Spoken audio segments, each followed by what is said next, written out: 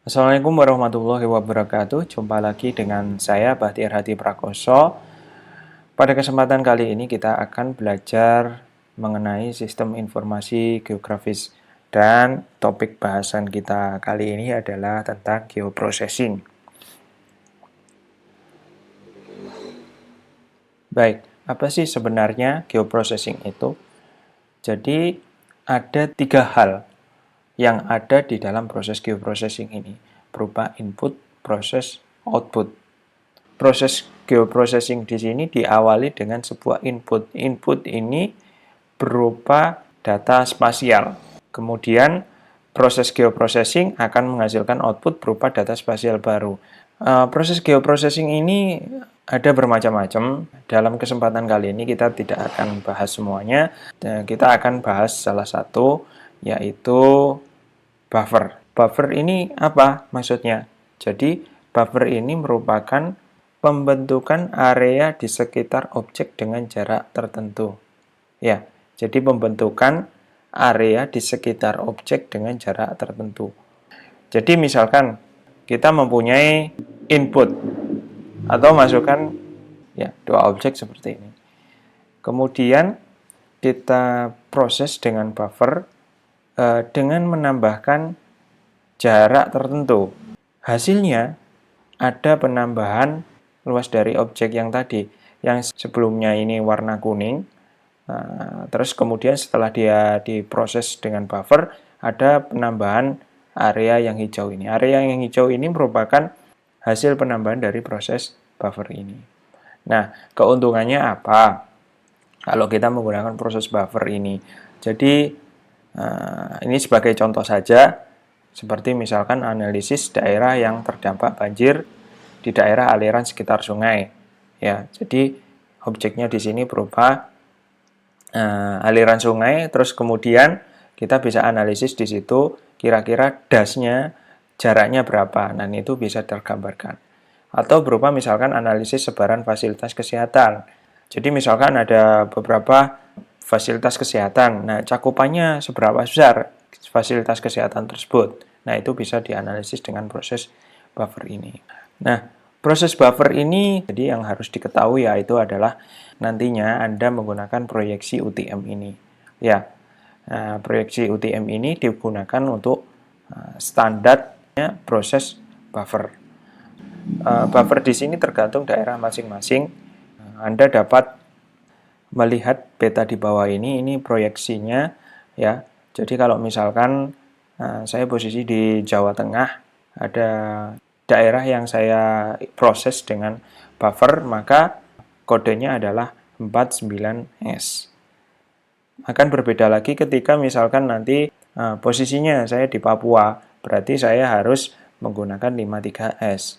Atau misalkan daerah lagi, saya yang berada di Aceh, di atas Katulistiwa, ya berarti saya menggunakan proyeksi UTM dengan kode 47N ini.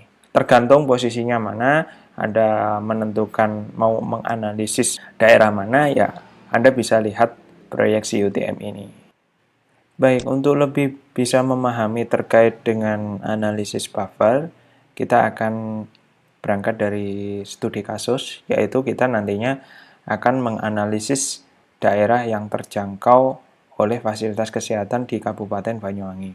Saya menggunakan peta yang ada di websitenya tanahair.indonesia.go.id atau saya unduh di situ. Bagi yang nanti yang belum memiliki akun bisa daftar terlebih dahulu karena untuk mengunduh peta yang ada di tanahair.indonesia.go.id ini kita harus mempunyai akun terlebih dahulu. Ya. Nah, ini adalah peta yang tersedia. Ini saya ambil peta Kabupaten Banyuwangi. Untuk mengunduh, Anda bisa klik kanan pada peta yang nantinya ingin Anda download. Terus kemudian pilih skalanya 25K. Terus kemudian Anda bisa unduh di sini. Baik, jika sudah terunduh, maka kita akan bisa menggunakan peta tersebut untuk proses analisis kita. Baik, kita bisa lanjutkan analisis kita ke Quantum GIS. Baik, kita sudah buka Quantum GIS kita. Yang pertama kali kita lakukan adalah kita menambahkan layer baru di sini. Untuk menambahkan layer baru, saya klik Open Data Source. Ya, terus kemudian di menu vektor, di Source, saya klik data source-nya. Saya pilih Kabupaten Banyuwangi.zip. Jadi Kabupaten Banyuwangi.zip ini telah saya unduh sebelumnya di websitenya tanahAir.indonesia.go.id yang isinya berupa data spasial yang ada di Kabupaten Banyuwangi. Kira-kira besarnya adalah 60,5 MB. Kalau sudah, saya klik Open. Terus kemudian saya tambahkan Add. Nah, di sini ada banyak sekali informasi yang ada dalam bentuk file SHP. Tentu saja di sini tidak kita tampilkan semuanya, kita hanya mengambil beberapa informasi saja yang kaitannya dengan apa yang kita bahas, yaitu analisis tempat fasilitas kesehatan yang ada di Kabupaten Banyuwangi. Kita tambahkan ini, administrasi desa, terus kemudian kita tambahkan kesehatan, dan kita tambahkan pemukiman. Kalau sudah, klik OK. Nah, kita tunggu sebentar, OK. Sepertinya datanya sudah tampil di layer. Kalau sudah, kita bisa close. Nah, datanya seperti ini, ya. Jadi ada 3 informasi yang ditambahkan di sini: pemukiman, kesehatan, dan administrasi desa. Kita perbesar. Nah, sepertinya ini datanya tumpang tindih antara data pemukiman dan data kesehatan. Biar lebih jelas untuk data tempat fasilitas kesehatannya, kita pindahkan layernya ke atas sendiri. Nah, di sini titik-titik yang kecil ini merupakan data fasilitas kesehatan yang ada di Kabupaten Banyuwangi.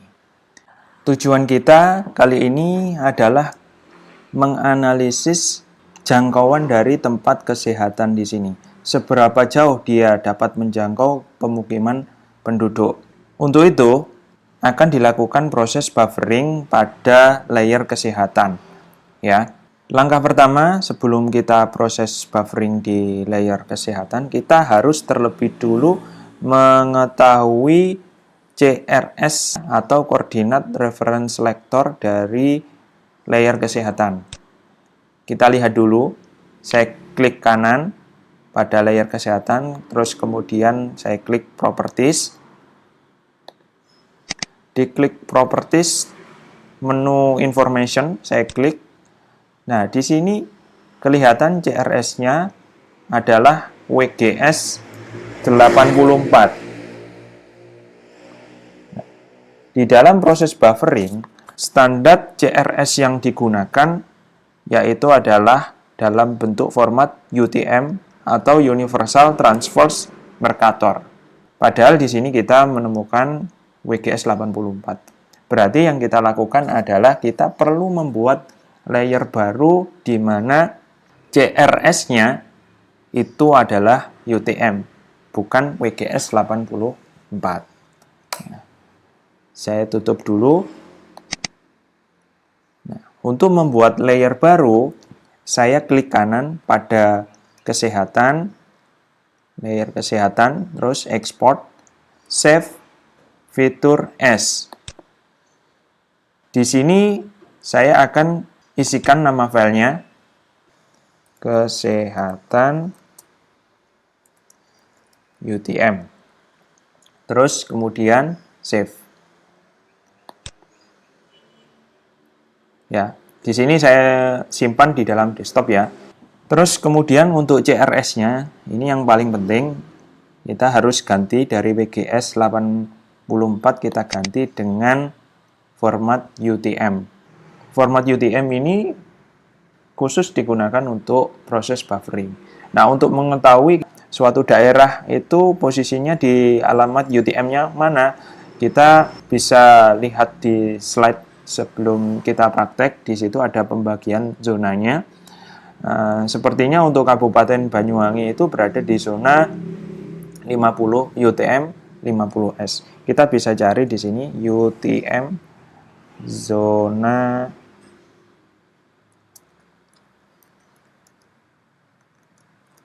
50 ya. Sepertinya ini yang kita klik. Ini akan muncul di previewnya di peta. Kita bisa lihat apakah memang daerah yang menjadi objek analisis kita itu sudah benar untuk kode UTM-nya atau belum. Nah, posisi Kabupaten Banyuwangi ini terletak di paling ujung timur Pulau Jawa, ya, bersebelahan dengan Bali. Ya, ini posisinya di sini. Saya rasa sudah tepat kita memilih UTM zona 50S. Kalau sudah, kita bisa klik OK dan klik OK.